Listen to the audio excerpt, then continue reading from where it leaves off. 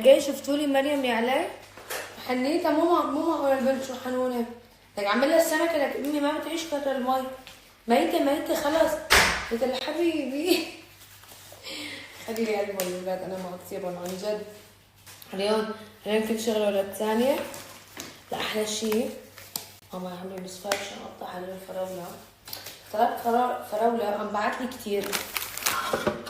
هلا هو لازم هو كمان يعني هلا ماشي الحال.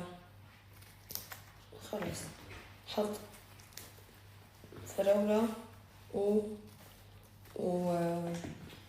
افوكادو. كتير بحب هذا الكوكتيل انا، بس لسه لو في موز بيعطي نكهة طيبة. شد الساعة والله بطلب من هون موز هذا لو كم حبة عادي حط معهم. فالمهم الأولاد نحن وهنيك شفت وحدة مع ولد يعني بيبي يعني فيه عمره يمكن شي 7 شهور تقريبا. اما قالت لي مريم ماما بيبي حتجيبي لنا نفس هذا البيبي؟ قلت لها ماما بيكون اصغر لسه. قلت لها بيكون هيك كثير صغير كيوت. قال لي انا بدي حممه وبدي لعبه وبدي احط له حفوضه وشو بدها تشربه هي الحليب. قال بدك تنيميه بغرفتي؟ قلت لها بدك تنيميه بغرفتي؟ قال ايه بنيمه بغرفتي. قلت لها لا هو هلا هو صغير اذا كانت بنوته نايمه بغرفتي بس لما بتكبر بتنام بغرفتي. قال اذا صبي؟ قلت لها بده ينام عن سند. قالت لي طيب اوكي طلعت انه بعدين لازم ينام مع سند. يلا ميرو غير شكل خلي لي قلبه شو حنوني. لو سند لما سمع لميرو عم تحكي قال ايه وانا كمان بدي طعمي بس بده يطعمي. سند بس بده يطعمي ما بده ياكل مع اكلاته. شو يا عمري؟ قال ايه وانا كمان بدي طعمي بس بده يطعمي. سند بس بده يطعمي ما بده ياكل مع اكلاته. شو يا عمري؟ أمي كمان تعبانة ما نمتي لك شوي انتي؟ ما في ساعة ما في. حسيت لأنه جيت فيقتنا على 9 أنا قلت لها ليش بدي أنام؟ يعني قبل الساعة 9 ما بدي أفيق بصراحة. تعبانة وحسيت لازم أنام هاي الساعة بس مو فقت كذا مرة كأني ما نمت. والله هلا بس هيك حشرب كوكتيل نقعد شوي بعدها بدي أقوم أطلع أنام. ما بدي أطول بالسهرة. تعبانة والله كلها فارطين. لا اليوم عن جد اكثر طلع على البحر نطلع بس انبسطنا كثير وتعبنا مهدينا. المكان كان كثير حلو. ماما والله جيب بطريق تليفوني الاسود خلينا نطلب موز ناخذ فراولة يعني اللي دبلانة حرام. كثير طيب هذا الكوكتيل هلا رح اعمله جربوه. خلينا اعدل. في عندي فراولة منيح حرام خلينا احطها بالكوكتيل. طلبته بوقتها بعت لي علبتين عم بعت لي صباطين خلص بعملهم كوكتيل ما بأثر. هو الفراولة ما فيها روح ما بتتحمل. ليه كنت والله صحيح هو هون هدول بيض كمان خلينا نوديهم. دول بيض يعني بالمرة. يلا غصنا خليني اطلب موز.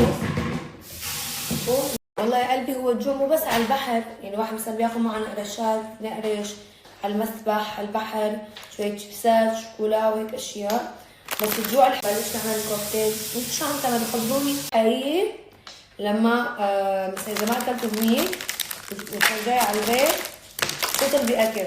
هون الجوع يعني بتصيروا متوحشين عن جد. الواحد كتير بيجوع جبالي على السباحة وهيك الواحد بيخرج وكذا بالذات إذا في أولاد وعم تركضي وراه بصير دبل الجوع عن جد. طلعت شفت الأولاد يعني منيح الأولاد إنه ما احترقوا. والله إنه مكان ما لعبوا هن كان في حماية يعني كان في شمسية. فمنيح إنه مريم حبت تضل تسبح بالمسبح تبع الأطفال ما لعبت كتير بالمائية لأنه لو ضلت تلعب بالمائية كانت انشوت البنت. والله كانت الشمس كتير قوية. أنا تعرفوا من شو بخاف من ضربة الشمس. ناس بضربها الشمس وما اقول على وجع راس تعب وهيك كتير بخاف منها انا، وحرارة كمان. لهذا السبب كتير بحاول اني اكون كويسة، بس الاولاد نروح على البحر والمسبح. والله بالذات سنة تتذكروا السنة الماضية شفت فيه ببشرته جسمه صار يقشر علي، جسمه تحسس، صار مثل تحسس معه هيك. ما فيها شي.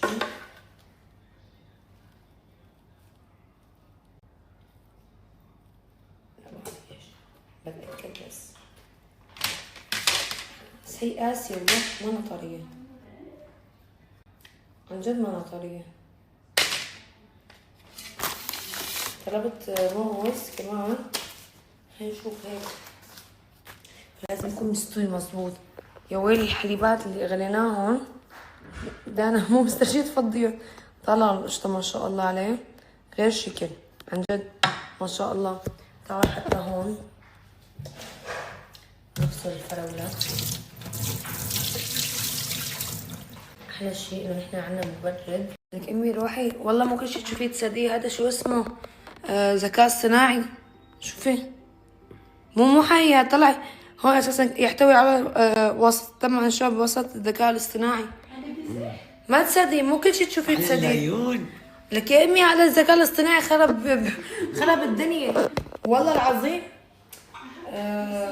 قصة كبيرة، عم يعمل شغلات وكذا. هو حلو، استخدم الاشياء حلوة مثلا، استفاد منه، بيختصر وقت عن جد. كثير اشياء بيساعدنا فيهم، بس يعني يستخدم بطريقة صحيحة بكون امورنا تمام، بس يستخدم بطريقة غلط اكيد لا. والله ما شاء الله عم يعمل شغلات يعني.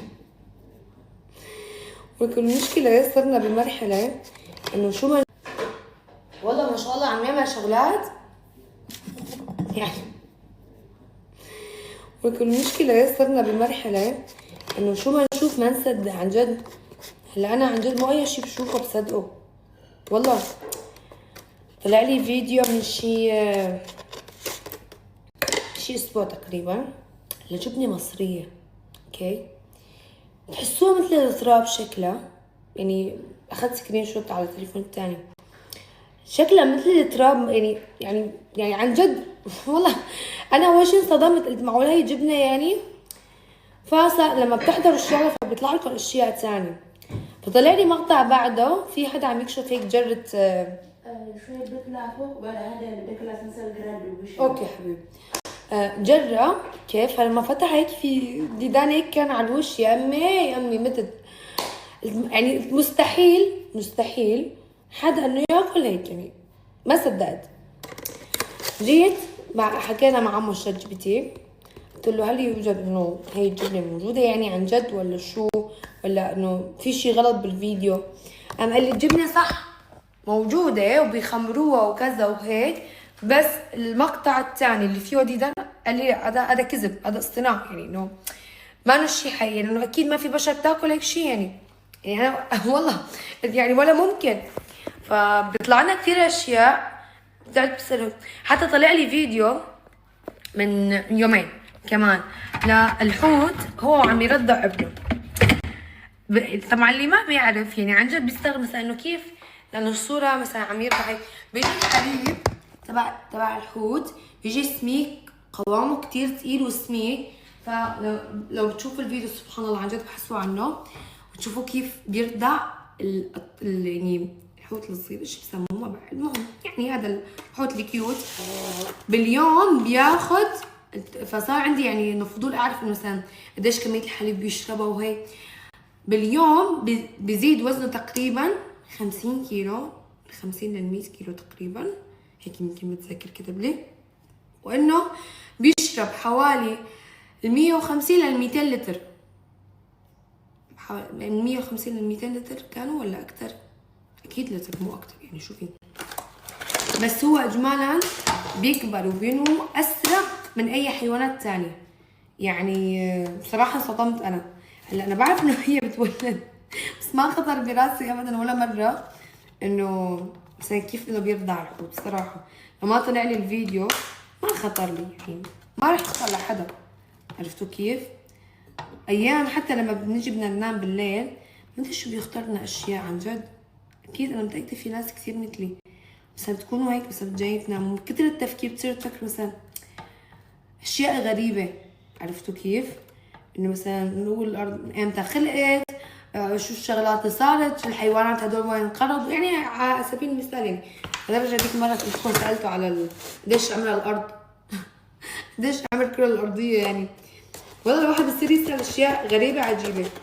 هلا هذا الجيل ما شاء الله اولادنا عليهم اسئله كثيره عن جد، حتى نحن ما بنعرفه.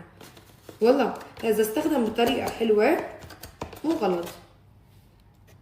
حط كيك يلا حبيباتي نعمل كوكتيل انا وانتم. بيني وبينكم عن جد، شو اكثر سؤال غريب سالتوه للشات جي بي تي؟ يعني اغرب سؤال سالتوه اكتبوا لي.